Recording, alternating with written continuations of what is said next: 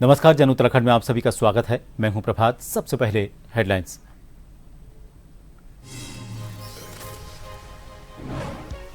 Cabinet मंत्री सुबोध उनियाल को सौंपी संसदीय कार्य मंत्री की जिम्मेदारी। आगामी द्वितीय सत्र में सभी विधायी और संसदीय सवालों के देंगे उत्तर। 19 अगस्त से शुरू हो रहा है सदन।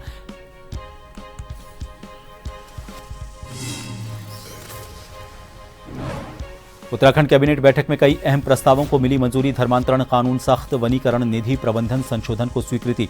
अग्निवीरों को सरकारी नौकरियों में 10% क्षैतिज आरक्षण।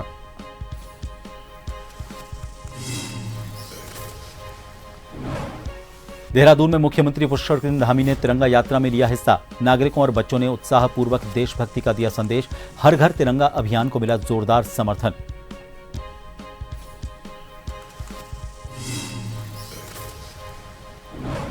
देहरादून में सीएम धामी ने की हरित अभियान की अगुवाई। नशा मुक्ति वर्षगांठ पर किया पौधारोपण। परियोजनाओं का शुभारंभ कर दिया जागरूकता का संदेश।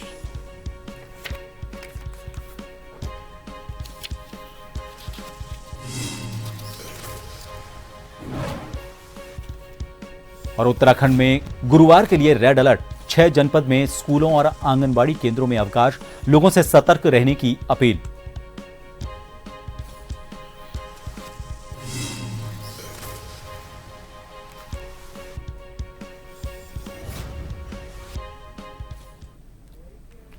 मुख्यमंत्री पुष्कर सिंह धामी ने कैबिनेट मंत्री सुबोध उनियाल को संसदीय कार्य मंत्री की जिम्मेदारी सौंपी है। मंत्री उनियाल आगामी द्वितीय सत्र में सभी विधायी और संसदीय सवालों के उत्तर देंगे। सत्र 19 अगस्त से शुरू हो रहा है। संबंधित विभागों से जुड़े जरूरी कामों के लिए भी उन्हें अधिकृत किया गया है।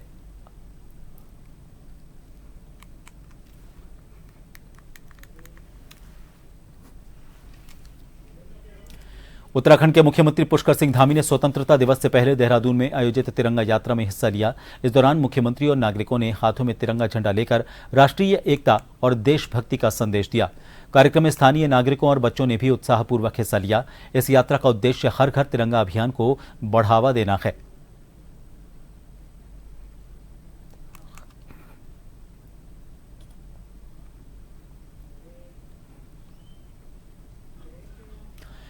मुख्यमंत्री पुष्कर सिंह धामी ने देहरादून के केदारपुरम में योगा पार्क का शुभारंभ कर कई विकास कार्यों का लोकार्पण और शिलान्यास किया।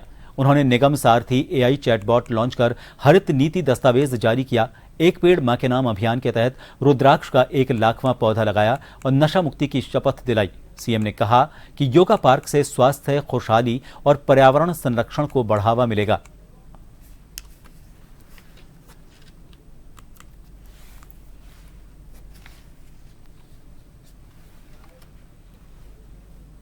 रूप से इस पार्क के लोकार्पित होने से जहां लोगों को आज जो हमारी बहुत भाग दौड़ की जिंदगी है, उस जीवन शैली में लोगों को योग के लिए, व्यायाम के लिए, अपने स्वास्थ्य लाभ के लिए एक अच्छा स्थान मिल गया है।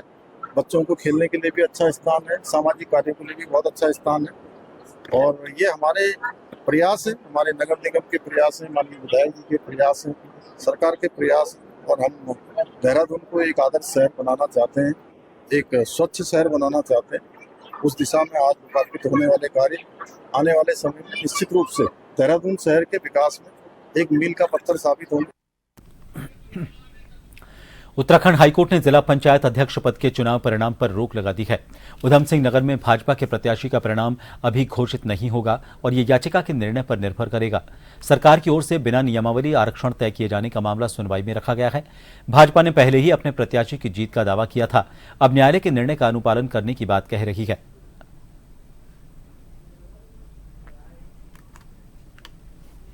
देखिए, निर्विरोध घोषित करने का काम निर्वाचन आयोग का है और जो चुनाव की प्रक्रिया है उस प्रक्रिया के तहत जब कोई उम्मीदवार सामने न हो तो निश्चित रूप से निर्विरोध वो निर्वाचित हुए हैं। लेकिन न्यायालय ने किसी बात को अगर कहा है तो उसका सभी को सम्मान करना चाहिए। हम भी न्यायालय के हर फैसले का सम्मान करते हैं। रामनगर में ड्रग्स विभाग की टीम ने अचानक छापामार कार्रवाई की भनक लगते ही कई मेडिकल स्वामी दुकानों के शटर गिराकर फरार हो गए। अभियान में 12 मेडिकल स्टोर्स पर कार्रवाई की गई, जिनमें 3 के लाइसेंस रद्द करने की रिपोर्ट भेजी गई है। एक मेडिकल स्टोर से भारी मात्रा में प्रतिबंधित दवाएं मिलने पर उसे मौके पर सील कर दिया गया।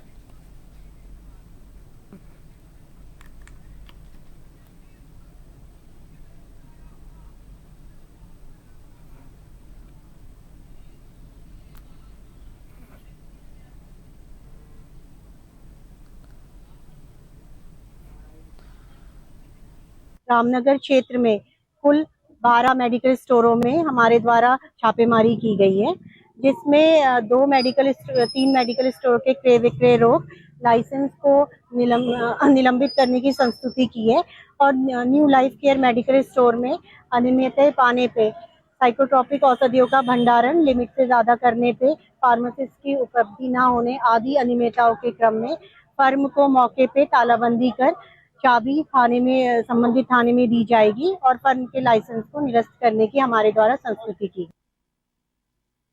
रुड़की के रेलवे फाटक के पास लक्सर कोतवाली लौट रही कार पर 6 बाइक सवारों ने गोलियां चलाई और लाठी डंडों से हमला किया। 4 लोग गंभीर रूप से घायल होकर रुड़की सिविल अस्पताल पहुंचे। यहां उनका प्राथमिक उपचार किया जा रहा है। घायलों में सभी रामपुर क्षेत्र के निवासी हैं, जो कुछ दिन पहले लक्सर में हुए एक एक्सीडेंट के सिलसिले में कोतवाली गए थे। विधायक हाजी फुरकान ने मौके पर जाकर घटना की निंदा की और बताया कि लक्सर के एक पुलिसकर्मी की भूमिका भी सामने आई है।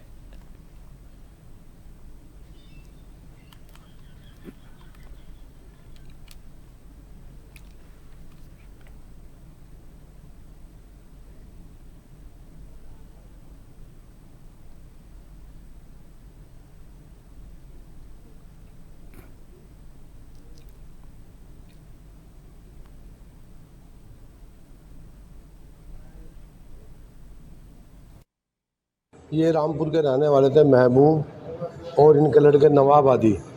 इनकी गाड़ी से कुछ दिन पहले कोई एक्सीडेंट हुआ था, तो उसके बारे में इन्हें कोतवाली लक्सर बुलाए गए थे। ये वहाँ पर गए, अपनी बातचीत करके जो भी थे तो ये वापस आ रहे थे।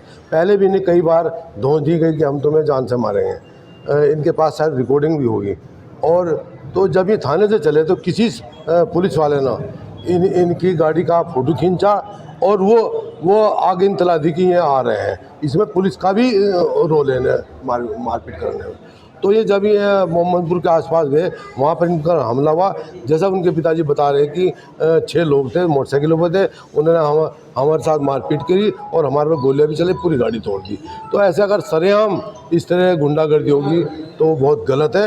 जो भी इसमें मुलजिम हो, कोई भी हो, चाहे उनके खिलाफ सख्त कार्रवाई होनी चाहिए। हम वहाँ से जिस टाइम हमने कागज साइन सून करवा कर निकट गए, तो वहाँ से थोड़ी दूर हम चल गए, एक पुलिस वाले ने झांक के बाहर निकल गए जिससे हम, तो उसने फिर मतलब फ़ोन करा या क्या करा, उन्होंने मेरे पीछे बदमाश भेजे। बदमाशों ने हमें पकड़े, फिर जाकर फाटक पार करके। किसी का मामला बता रहे? ये लंडोरा रोड जो है, इस पर जो शुरू की लक्सर रोड से आगे जो मतलब पुल पड़ा, उसके पास की बात है। कितने लोग घायल हैं आपके? हमारे लोग 3 घायल हैं। क्या गोली चलाएंगे? गोली चलाई इन्होंने 2, एक गाड़ी में लगी हुई और एक ऊपर करी थी उन्होंने। केदारनाथ यात्रा मार्ग के सोनप्रयाग में यात्रियों पर लाठीचार्ज हुआ है। यात्री केदारनाथ धाम जाने की मांग कर रहे थे, जिस पर पुलिस ने खराब मौसम का हवाला देकर बैरिकेड लगाकर आगे जाने से मना कर दिया, लेकिन यात्री अपनी जिद पर अड़े रहे। इतना ही नहीं, यात्रियों ने बैरिकेड भी तोड़ डाले, जिस पर पुलिस को हालात संभालने के लिए लाठी फटकारनी पड़ी। आपको बता दें, केदारनाथ धाम जाने के लिए बड़ी संख्या में यात्री सीतापुर सोनप्रयाग पहुंचे हुए हैं, लेकिन मौसम विभाग की ओर से भारी बारिश के मद्देनजर रेड अलर्ट जारी किया गया है, जिसके देखते हुए रुद्रप्रयाग जिला प्रशासन ने केदारनाथ यात्रा पर रोक लगा दी है। भारी बारिश की चेतावनी को देखते हुए केदारनाथ की यात्रा 14 अगस्त तक के लिए स्थगित कर दी गई है।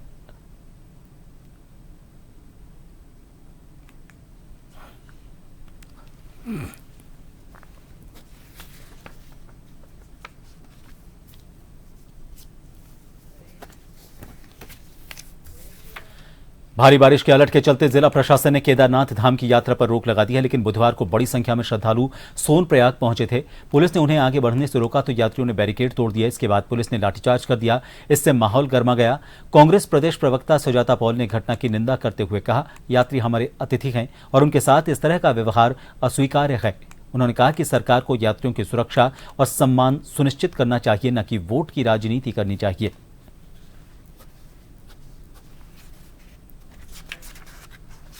अगर सोनप्रयाग में लाठीचार्ज हुआ है तो इसकी जिम्मेदारी इस सरकार की है। क्योंकि व्यवस्था बनाने का काम इस सरकार का है और सरकार ने कहा था कि चारधाम यात्रा के पहले ही हम हर आपदा की स्थिति को संभालने में सक्षम हैं।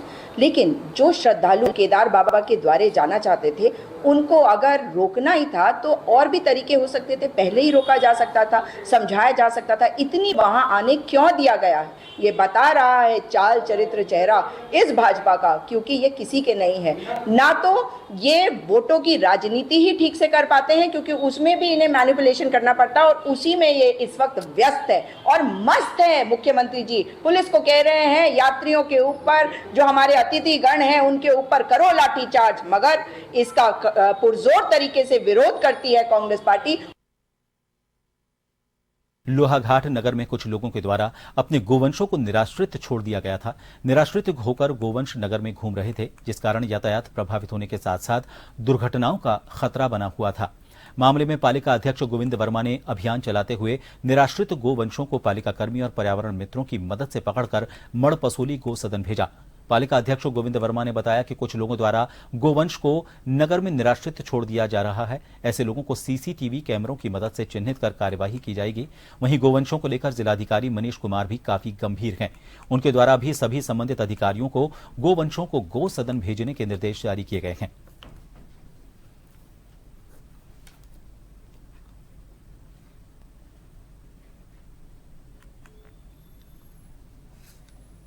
आवारा जानवर थे लोहाघाट नगर में, इनको लगातार नगर पालिका द्वारा समय पर गौशाला में पहुंचाया जा रहा है और 15 अगस्त की तैयारी को देखते हुए कुछ कल भी हमने 4 आवारा जानवरों को गौशाला भेजा गया है। और मैं समस्त जितने 2 बालक हैं उनसे अनुरोध करना चाहूँगा कि आप इन्हें आवारा जितने भी गौवंश हैं इनको ऐसे खुली में छोड़ें और जिससे कि लगातार राहगीरों को, छोटे छोटे स्कूली बच्चों को काफ़ी खतरा बना रहता है और हमारी ट्रैफिक व्यवस्था में काफ़ी। भाजपा प्रदेश प्रवक्ता सुनीता विद्यार्थी ने कांग्रेस पर तंज कसते हुए पलटवार करते हुए कहा कि यदि किसी क्षेत्र में जनता किसी उम्मीदवार को आशीर्वाद देती है तो यह उस विशेष व्यक्तित्व का मूल्यांकन होता है, न कि पूरी पार्टी या उसके विधायकों की साख पर प्रश्न चिन्ह। उन्होंने आगे कहा कि कांग्रेस की ओर से यह कहना कि भाजपा के विधायक अपनी साख बचाने में जुटे हैं पूरी तरह से गलत और भ्रामक है।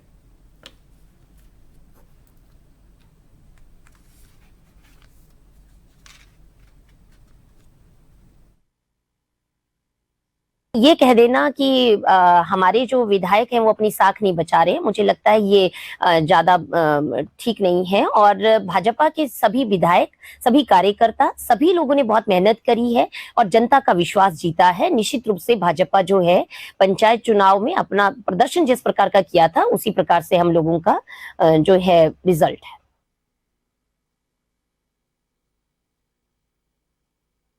तिरंगा यात्रा निकाले जाने को लेकर कांग्रेस ने तंज कसा है। कांग्रेस प्रवक्ता गरिमा दसोनी ने कहा कि विधानसभा अध्यक्ष अपने क्षेत्र में तिरंगा यात्रा निकालते हुए जरूर दिखाई देते हैं, लेकिन जब बात धराली जैसे आपदाग्रस्त क्षेत्र की होती है तो न विधानसभा अध्यक्ष का कोई आता पता होता है और न ही भाजपा अध्यक्ष का। दुख इस बात का नहीं है कि वे नहीं आए, दुख इस बात का है कि जनप्रतिनिधि होने के बावजूद वो पीड़ित जनता की सुध लेने तक नहीं पहुंचे। क्या तिरंगा केवल प्रतीक बनकर रह गया है या उसका असली अर्थ जनसेवा और कर्तव्य अब खो गया है?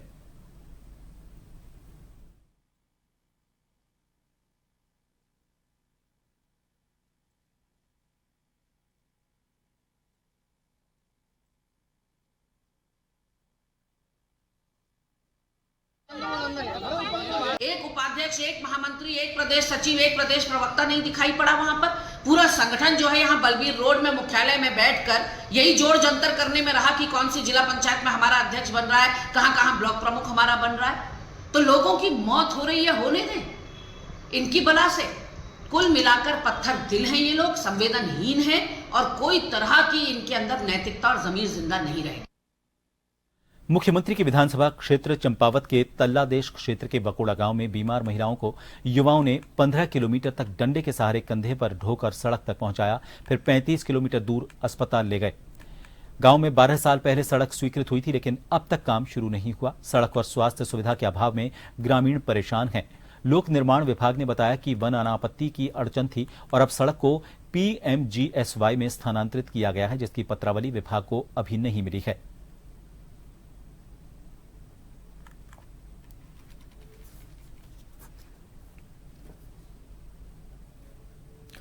रुड़की के गंगनहर कोतवाली क्षेत्र में रामनगर चौक के पास सड़क पर खुलेआम बाइक सवार युवकों द्वारा मोहम्मद फैज नाम के एक व्यक्ति को गोली मारकर हत्या करने का प्रयास किया गया।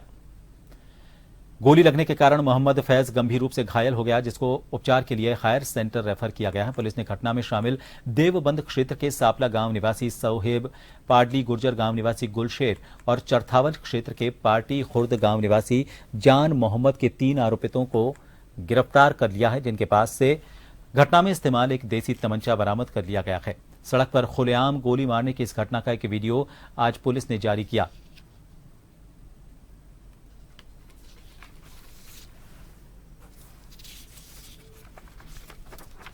में 2 पक्षों में जो सेम कम्युनिटी से थे, उनमें आपस में किसी चीज़ को लेकर बहस हुई और उसमें कुछ बाहर से आए लोगों ने यहाँ के पीड़ित जो अभी विक्टिम है उसको फायर वुंड किया था, उस पर फायर किया था। तो सीसीटीवी फुटेज कवरेज के बाद और जो आई विटनेस थे उन सब से पूछताछ के बाद कल 3 लोगों को अरेस्ट कर लिया है। बाकी जो एक नेम्ड बंदा है उसके खिलाफ भी हम जल्दी टीम बना के कार्रवाई करेंगे। चलते चलते एक बार फिर नजर हेडलाइंस पर। उत्तराखंड कैबिनेट बैठक में कई अहम प्रस्तावों को मिली मंजूरी। धर्मांतरण कानून, सख्त वनीकरण निधि प्रबंधन संशोधन को स्वीकृति। अग्निवीरों को सरकारी नौकरियों में 10% क्षैतिज आरक्षण।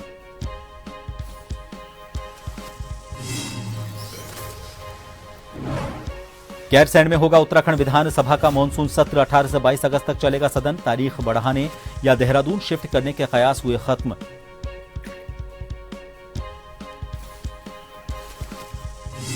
देहरादून में सीएम धामी ने की हरित अभियान की अगुवाई। नशा मुक्ति वर्षगांठ पर किया पौधारोपण।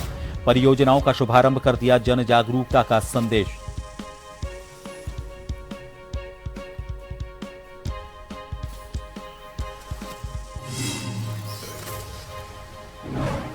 दराली रेस्क्यू अभियान में जुटे 1000 से ज्यादा कर्मचारी और मजदूर। लिमची गार्ड पुल और माइक्रो हाइड्रो पावर प्रोजेक्ट को भी किया सुचारू। हर्षिल में बनी झील को खोलने के प्रयास जारी।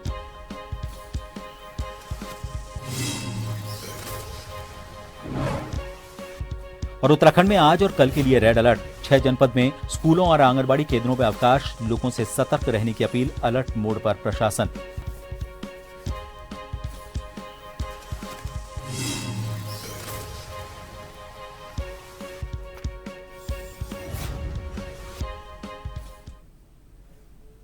फिलहाल के लिए इस बुलेटिन में इतना ही। नमस्कार।